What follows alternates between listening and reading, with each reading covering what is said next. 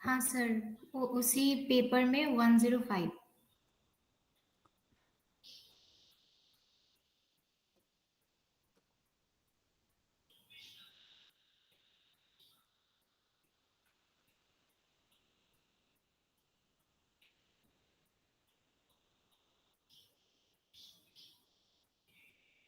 ये हाँ।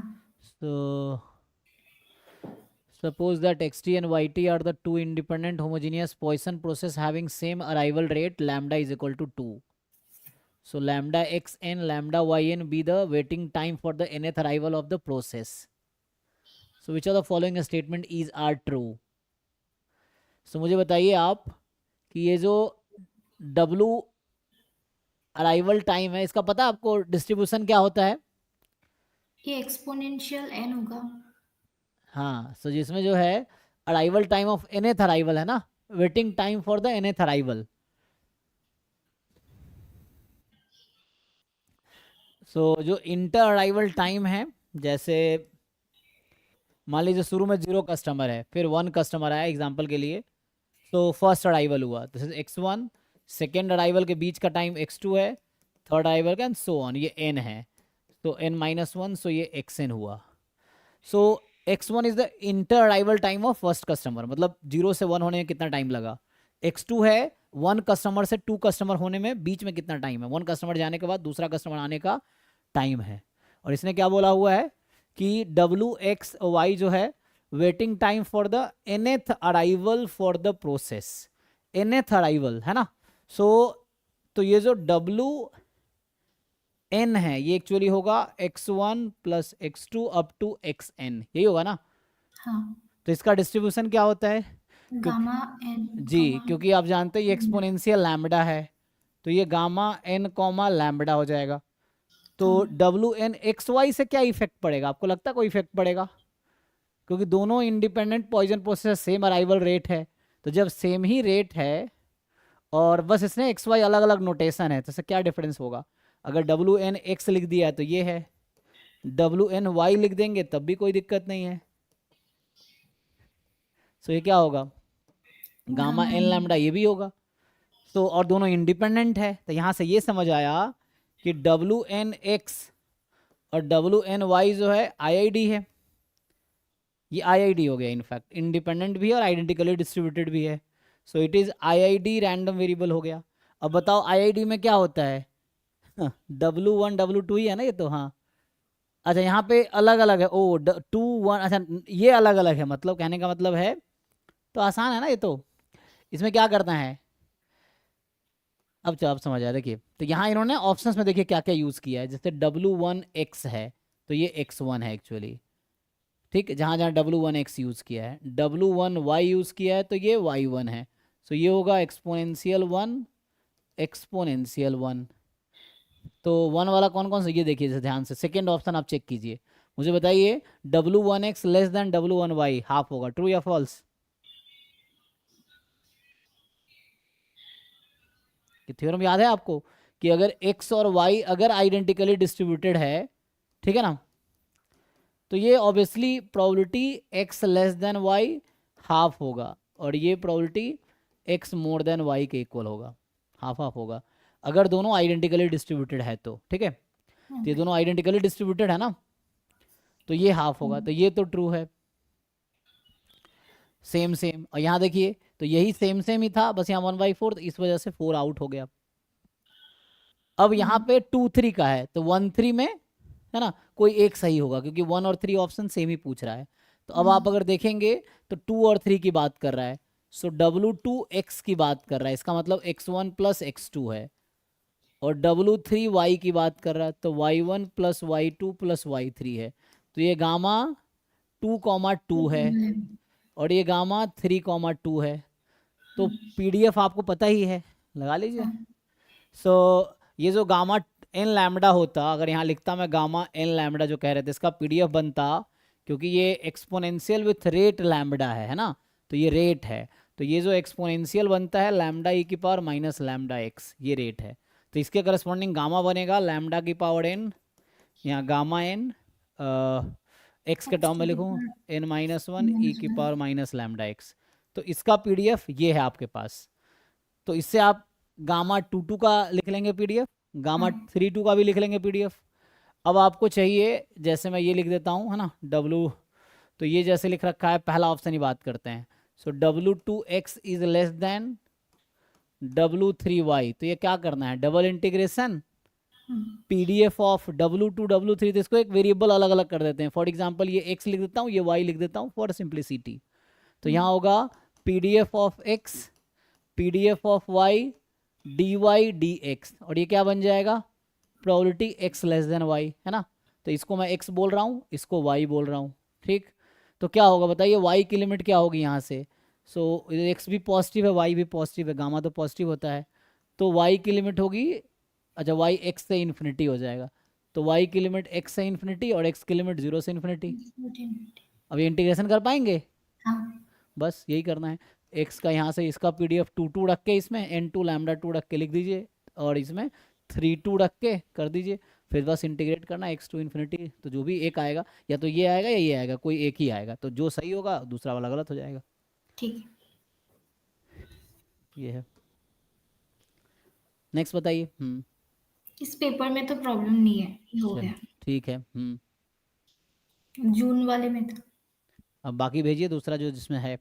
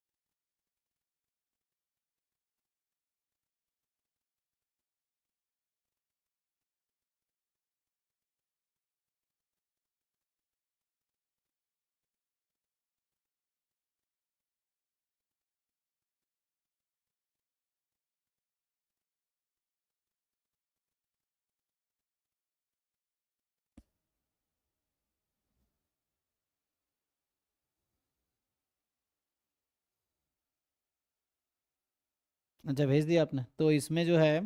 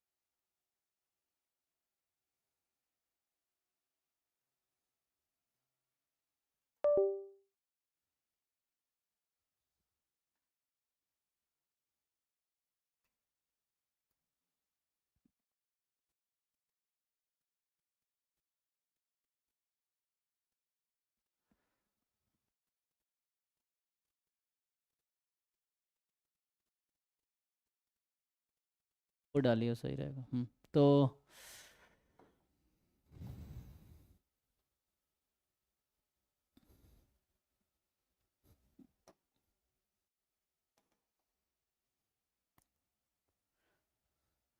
सो ये क्या है, जून 2023 का पेपर है, ठीक है।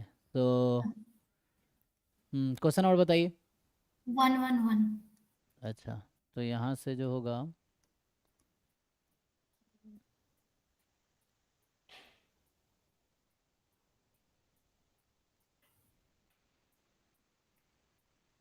हम्म सो ये है 111। इसमें जो ऑप्शन 3 है, तो ये 3.04 ही आ रहा है मेरा, लेकिन जो आंसर की में 1 और 2 सिर्फ करेक्ट है। अच्छा देखते हैं। तो यहाँ से जो होगा, तो x1 x2 बी द,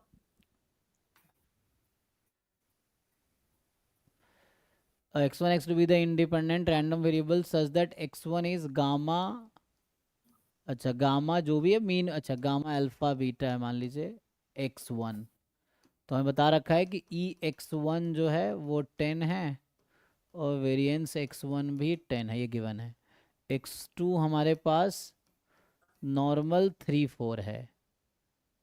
तो f1 f2 denote the density function of x1 x2, define a new random variable this।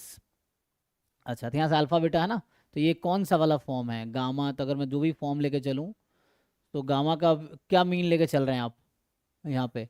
अगर मैं ये वाला पीडीएफ लेता हूँ जैसे अभी लिखा था कि बीटा की power alpha gamma alpha x की पावर अल्फा -1 ई की पावर बीटा एक्स, अगर ये लेता हूँ तो इस वाले में मीन आता है अल्फा अपॉन बीटा आएगा उसमें, इस वाले पीडीएफ में अल्फा अपॉन बीटा स्क्वायर भी 10 है। तो इसको अगर हम सिंप्लीफाई करेंगे, so this will give us beta is equal to 1, तो अल्फा इज हाँ। इक्वल टू 10 हो जाएगा, ठीक है। ठीक है, तो ये हो गया मतलब 10, 1, तो गामा 10, 1 हो गया, ठीक है। ठीक है, तो यहाँ से आ गया x1 गामा 10, 1 इज गामा 10, 1। अब क्या है यहाँ पे, तो define a new random variable y इस तरीके से कि y 0.4f1, तो q यहाँ पे क्या होना पड़ेगा 0.6। 6, क्योंकि ये कॉन्वेक्स कॉम्बिनेशन है। अब आपके पास q 0.6 तो पहला सही है। एंड अब यहाँ से जब e ऑफ y निकालेंगे आप, तो यहाँ से आपका आता होगा 0.4 ex1 जो कि कितना था 10, ये आपका आ ही गया है। 0.6 इंटू ex2 जो कि है 3, तो ये ठीक है ना, 4 + 5.8, तो ये आपका ठीक है। अब आप यहाँ हाँ। से ध्यान दीजिए ई ऑफ वाई स्क्वायर निकालिए। सो ई ऑफ वाई स्क्वायर पहले निकालिए, क्योंकि ऐसा नहीं वेरिएंस कर देंगे तो 0.4 टाइम वो गलत हो जाएगा, ठीक है। तो आप ई वाई स्क्वायर निकालिए। ई वाई स्क्वायर जब आप निकालेंगे तो यहाँ पे होगा वाई स्क्वायर टाइम, जैसे डेफिनेशन के हिसाब से y square time P D F of y d y, जैसे ई वाई था, तो ये भी हमने एक्चुअली यही किया है कि f y of y d y. तो जब आप ये वाला पी डी एफ पुट करेंगे तो 0.4 टाइम ई एक्स वन ये आएगा।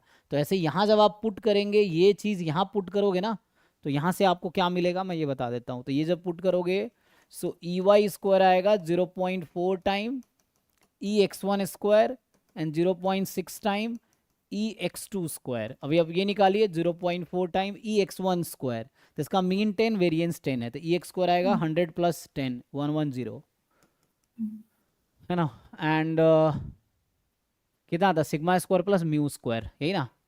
हाँ, सो ये आ जाएगा। और यहाँ 0.6 into sigma square plus mu square, तो 4 + 9 13, ठीक है। तो इसको सिंप्लीफाई कीजिए, ई वाई स्क्वायर आया। अब यहाँ से ई वाई आपको पता है, ई वाई स्क्वायर यहाँ से पता होगा, then you can find variance of y, तब ये नहीं आएगा, ठीक है। ओके। और फोर्थ क्या है, ट्रू है फॉल्स है फॉल्स फॉल्स। है ना। फोर्थ जरूरी नहीं है कि ऐसा होगा। अच्छा, तो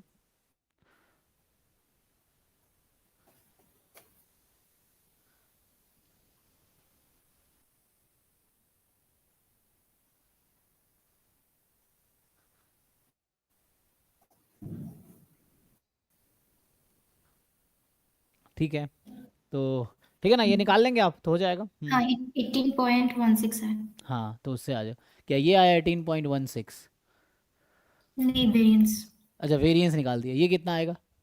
ये 51.8। ठीक है 51 पॉइंट, तो यहाँ से आ जाएगा ठीक है।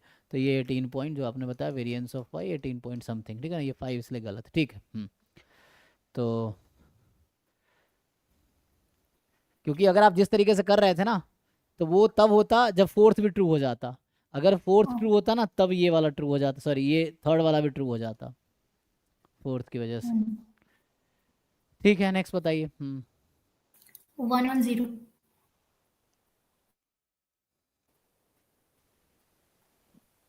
भी 110 पीछे था, 0। ये है ना। हाँ, इसमें जो ऑप्शन 2 है, इसमें बताया कि complete statistic is always sufficient, ले, लेकिन ये ऑप्शन गलत आ रहा है। हाँ ये तब होगा जब सफिशिएंट मिनिमल सफिशिएंट एग्जिस्ट करेगा।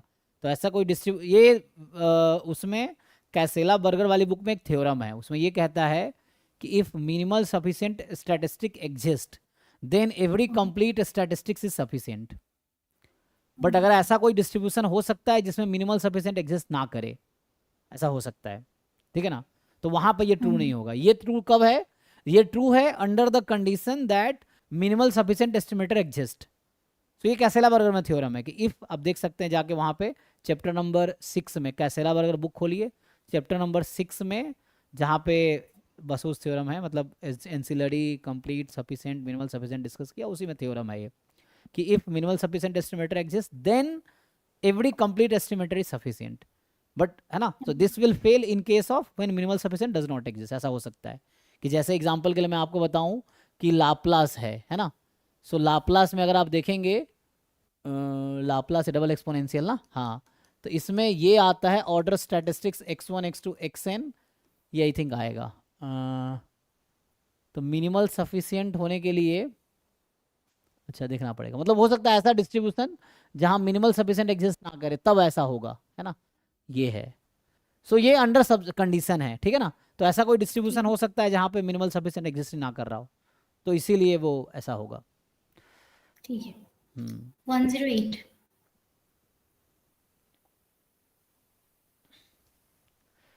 हाँ 108। 108 में ऑप्शन 3।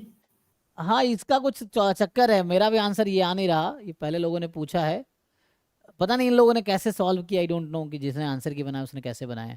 हमारा ई ये तो, गलत है, हाँ ये तो मुझे तो गलत गलत है। ही लग रहा है क्योंकि ई तो आएगा नहीं ना, क्योंकि क्या ही फर्क पड़ता है, मैं ये एक तो थ्योरम हमारे पास है।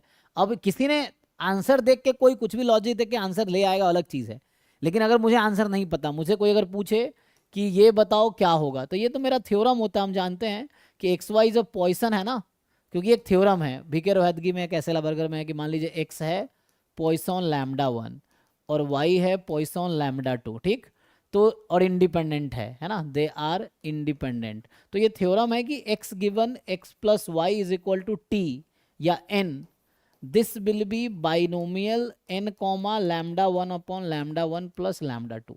ये थ्योरम है, अगर x लिख देंगे तो x पे ये रहेगा यहाँ लैम्डा 1, तो ये थ्योरम है, तो मैं तो यही यूज करूंगा। अब यहाँ पता नहीं ना किस लॉजिक से आंसर लगा, आई डोंट नो, है ना, वो गलत है। तो ठीक है। सो इससे लगाएंगे 10। बाइनोमियल ई तो नहीं आएगा, ठीक है। हाँ, ये नहीं आया, ऑप्शन गलत है, मतलब हाँ मेरे सोचिए हिसाब से कैसे। गलत ही है, ठीक है ना, उसने पता नहीं कैसे दिया है जिसने आंसर की बनाए। नहीं, आंसर की में गलत है, हाँ ये हाँ ऑप्शन नहीं है। मुझे ऐसा लग रहा है। 106। हम्म तो इसका ये भी ऑप्शन 3 ऑप्शन और नंबर 4। 3 और 4। 3 और 4। तो ये कह रहा है mod x1 and mod xn plus 1 का मैक्सिमम का, तो ये तो फॉर्मूला हम जानते हैं ना, मैक्स का जो फॉर्मूला होता है, अच्छा मॉड है, हाँ ये कोई थ्योरम होगा एक्चुअली, इतना आसान नहीं होगा, मैं समझ गया, ये ना बच्चों ने कई बार पूछा है, आई थिंक ये कोई रिजल्ट होगा क्योंकि ऐसे क्या है एक्स आई यहाँ पे नॉर्मल 0 1 है, ठीक है नॉर्मल 0 1 है, मतलब ये कोई रिजल्ट है एक्चुअली, है ना, इसका प्रूफ करना मुश्किल है, इसमें 3 4 में से एक ट्रू होगा कोई, है ना। हाँ क्योंकि जो हम जानते हैं कि ई ऑफ मॉड एक्स जो है ना, ये होता है √2/पाई, एक्स जब नॉर्मल 0 1 है तो ये 0। है, ठीक है। एंड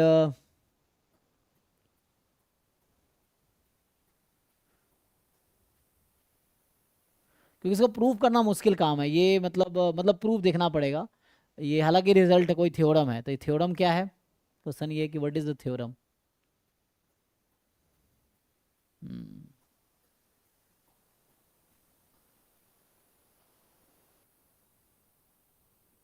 वरना अगर हम फॉर्मूला लगा सकते हैं, लेकिन वो कैलकुलेशन बहुत लेंदी जाएगा।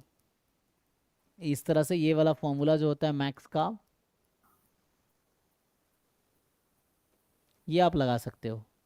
और x1 x2 इंडिपेंडेंट है ना। तो इसको प्रूफ, मतलब इसका प्रूफ लिखना पड़ेगा। मैं कह रहा हूँ लिख तो सकते हैं हम लोग, लेकिन बहुत लेंदी होगा ये। जैसे ये निकालना आसान है, ये जैसे आप इस पे एक्सपेक्टेशन जब लगाओगे, सो इस पे एक्सपेक्टेशन लग जाएगा पूरे पे। अब यहाँ ये हाफ ठीक है, ये आ जाएगा रूट अंडर 2/पाई प्लस रूट अंडर 2/पाई, ये आ जाएगा। अब प्लस इसका एक्सपेक्टेशन क्या आएगा, तो इसका डिस्ट्रीब्यूशन निकाल लो। अच्छा निकाल तो सकते हैं ना, हो तो जाएगा। यहाँ से क्या है, x1 minus x n plus one, इसका डिस्ट्रीब्यूशन क्या होगा, नॉर्मल 0 to 2। तो इसमें क्या आएगा, तो इसमें आएगा x1 minus x n plus one का जो मॉड है आपके पास, इसका एक्सपेक्टेशन कितना होगा, मीन तो 0 है ना, तो ये होता है रूट अंडर 2/पाई इंटू सिग्मा रहता है, ठीक है। तो सिग्मा यहाँ कितना है, रूट रूट 2। टू तो रूट 2 मल्टीप्लाई कर दीजिए, तो 2/√पाई हो गया ये। तो आ तो गया यहाँ से रूट 2/पाई, और प्लस में मैक्सिमम है ना ये, सो तो यहाँ से आ जाएगा 2/√पाई। अब इसको सिंप्लीफाई कीजिए, कितना आता है आपका, सो √पाई एलसीएम ले लेते हैं। सो रूट टू प्लस 2, ये 2 सही है, हाँ वहाँ 2 था ना, इस तरह से। तो ये आ गया, तो 2 कॉमन ले लीजिए, तो यहाँ से 2 कट जाएगा, तो यहाँ से आया, लेकिन यहाँ से √2 + 1 पाई आ रहा है, देख लीजिए। हाँ √2 + 1/, कैलकुलेशन सही है, बस ये देख लो। तो कैलकुलेशन हमने क्या किया, मैक्स का फॉर्मूला लगाया, ठीक है। तो इसका मॉड्यूलस का पता है मुझे, है ना, ये हो गया। इसके मॉड्यूलस का ही पता है, इसके मॉड्यूलस का ही पता है, x1 माइनस मैक्स, तो मैक्स यही होता है ना, max a + b plus a - b, क्योंकि x1 मोर देन x2 रखेंगे तो ये पॉजिटिव रहेगा, कट जाएगा, तो जो मैक्सिमम है वो आएगा, ठीक है। मिनिमम में बीच में माइनस आ जाता है, और बाहर हाफ भी है, तो मेरा तो ये आया √2 + 1/√पाई।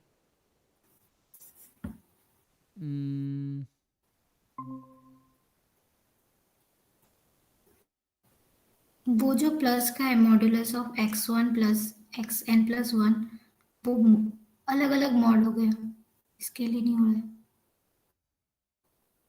है ना, तो मान लीजिए अलग,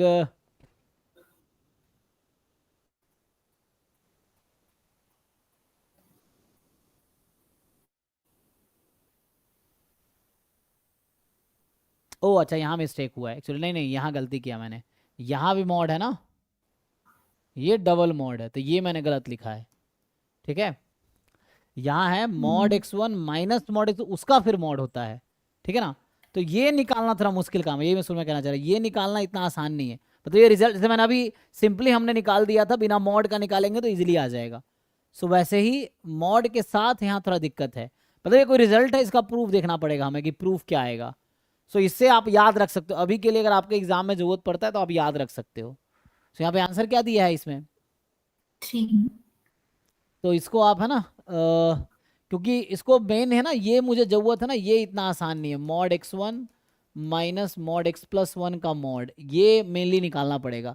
और इसका प्रूफ करने के लिए वही x1 का PDF, फिर xn+1 का PDF, dx dy, और इसका एक्सपेक्टेशन है ना, तो इनटू ये भी करना पड़ेगा यहाँ पे, ठीक है ना, मॉड x माइनस दिस, फिर डबल इंटीग्रेशन। तो इससे हो सकता है, लेकिन ये -∞ से +∞, अब ये इंटीग्रेशन करना पड़ेगा, ये है। तो ये न्यूमेरिकली हो जाएगा, मतलब अगर कोई प्रोग्राम लिख लो आप पाइथन में, 10 सेकंड में हो जाएगा, वैसे बाई हैंड टाइम लगेगा। तो थ्योरम तो प्रूफ करने के लिए बस आप याद रख सकते हो, तो अभी के लिए आप याद रख सकते हो कि जब, है ना, x1 x2 मान लो नॉर्मल 0 1 है थ्योरम के तौर पे, तो max of mod x1 mod x2 इसका जो एक्सपेक्टेशन होगा दैट यू कैन रिमेंबर कि ये 2/√पाई है ना। सो √2 दोनों का मल्टीप्लाई हो जा रहा है, मतलब कहीं ना कहीं ऐसा हो जा रहा है कि दोनों का प्रोडक्ट हो जा रहा है। एक होता है ना √2 बाय, चाहे वो है, सो √2 टाइम √2/पाई, ऐसे ही हो रहा है। प्रूफ लिखना थोड़ा मुश्किल होगा, है ना। लिख सकते हैं बट देखना पड़ेगा क्या है ये है, मतलब प्रूफ मिल तो जाएगा ही, कहीं ना कहीं गया होगा MGF से या इससे कुछ ना कुछ हो जाएगा, क्योंकि ऑर्डर स्टैटिस्टिक्स टाइप का ही है। अगर मैं x1 x2 बोल दूँ, IID है नॉर्मल 0 1, तो मॉड x1 और मॉड x2 भी IID ही होगा। अब क्या होगा ये देखना पड़ेगा ना, नॉर्मल तो नहीं होगा, तो ये IID होगा जो भी आएगा। अब इसका मैक्सिमम मतलब सेकेंड ऑर्डर स्टैटिस्टिक्स, तो ये कहीं ना कहीं सेकेंड ऑर्डर स्टैटिस्टिक्स है। सो सेकेंड ऑर्डर स्टैटिस्टिक्स का एक्सपेक्टेशन निकालना है। तो मतलब मैं कह रहा हूँ प्रूफ लिखा जा सकता है, लिखने में थोड़ा टाइम लगेगा कैलकुलेशन से, बस यही है, बट प्रूफ किया जा सकता है, इसलिए कई सारे अप्रोच हैं। तो अभी के लिए आप याद रख सकते हो एज अ रिजल्ट कि इसकी अगर ज़रूरत पड़ी तो यू कैन रिमेंबर, है ना। जैसे आप ये याद रखते हो, इसका भी प्रूफ है कि एक्सपेक्टेशन ऑफ जो मैंने कहा मॉड x √2/पाई सिग्मा है, जैसे अगर है ना नॉर्मल, तो वैसे ही जैसे ये याद है वैसे ही आप ये भी याद रखो कि mod of mod x1 mod x2 का जो एक्सपेक्टेशन है वो 2/√पाई है, ऐसे। So you can remember for the time being, ठीक है। ठीक है। 103। ये 3, हाँ। सो यहाँ पे जो है कि x1 x2 xn और IID है ना। बताइए फिर क्या डाउट है इसमें।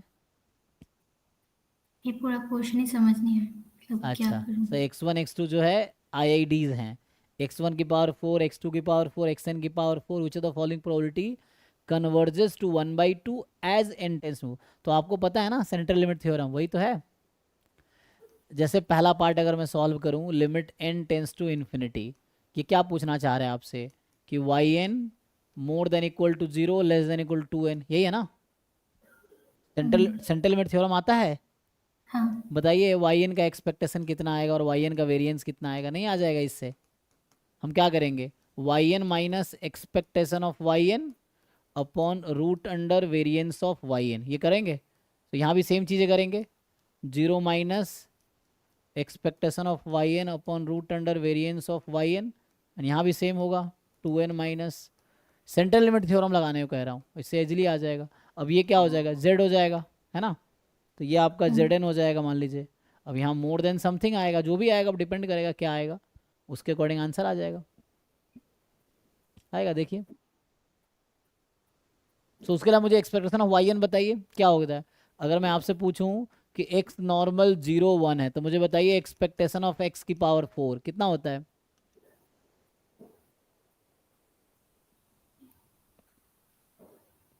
ये पढ़ा है आपने फॉर्मूला 1 × 3, तो ये हाँ हाँ 3 1 आएगा, 3। ठीक है ना। तो ऑड पावर 3 आ गया, तो ये yn का जो पूछ रहा हूँ ये 3n आ जाएगा, ठीक है। अब बचा ठीक। वेरिएंस का, अब मुझे बताइए वेरिएंस ऑफ x की पावर 4 क्या होगा। तो ये हो जाएगा एक्सपेक्टेशन ऑफ 8 x की पावर 8 माइनस x की पावर 4 का होल स्क्वायर, ये होगा 1 3 5 7 माइनस 3 का स्क्वायर 9, ये निकालिए कितना हो गया। 105 में से 9 घटाइए 96, देखिए। सो वेरिएंस हो जाएगा 96n, ठीक है। यहाँ तक लगाइए इसमें। अब चारों पार्ट में यही करना है जो मैं आपको सजेस्ट कर रहा हूँ, ओके। समझ कर पाएंगे। मान लीजिए a आ गया, ये हाँ b आ गया, तो हो गया। तो ये 5b माइनस 5a, लेकिन ध्यान रखना ये 0 भी हो सकता है, इन्फिनिटी भी हो सकता है, बिकॉज यहाँ लिमिट लगी हुई है ना, ये है। तो उसके अकॉर्डिंग सेंट्रल लिमिट थ्योरम लगाइए, इससे हो जाएगा। अब लगा के देखिए, ठीक है, हो जाए। हो गया। ठीक है, तो आप अच्छा कर रहे हैं ना, ऐसे ही आप बैठ के 2-3 दिन में पूरा कंप्लीट कर लीजिए, क्योंकि PYQ अगर आप कर लेंगे तो एग्जाम के क्वेश्चंस भी आपसे हो जाएगा, ठीक है ना, जो एग्जाम में आएगा वो। क्योंकि PYQ जैसा ही क्वेश्चन एग्जाम में आता है, वही डेफिनेशन, वही कॉन्सेप्ट, वही अप्रोच, वही थ्योरम्स, ठीक है ना, यही सब है। ठीक है, बैठ के सॉल्व कीजिए एटलीस्ट वो क्वेश्चंस जो आपने जैम गेट में पढ़े हैं, ठीक है। Thank you. हाँ ठीक है।